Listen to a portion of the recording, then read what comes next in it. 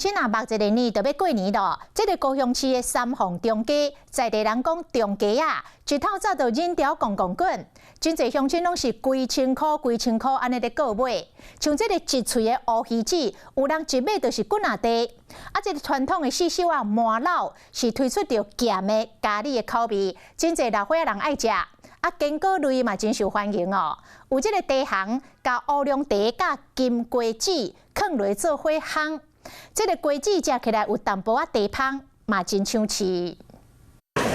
民众娘上，就算手赶大包小包，嘛是继续买。高雄年货大街三凤中街，透早生理是何甲变过？啊，到底是什么物件这么食吃？乌鱼子在过年时相当受到欢迎，而现在像这种一片式的更受到青睐。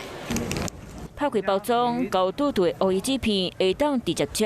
看戏剧新春节目，就靠这味淡散。烤的还蛮酥的，就口感好吃又新鲜啊！一喙吞落去真便利，有人一个买就是几啊千。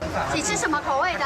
芝麻哦，芝麻、咖喱的、花生的、海苔的。还有过年的传统点心麻辣米头，嘛被甲写叫。除了乌麻的口味，店家嘛开发咸的口味，尤其这款咖喱麻头，年啊节啊，一天卖10几斤来就补。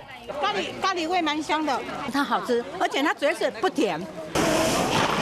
果真类嘛是年货的传系，有茶行甲金瓜子含茶米放做伙烘，互瓜子食起来留有茶米的香气，安怎食都袂毁。茶叶的味道，对，还蛮脆的。烘茶的茶叶是比较香，所以下去烤的时候味道还不错，所以我们就选用这一组的高档乌龙茶下去烤。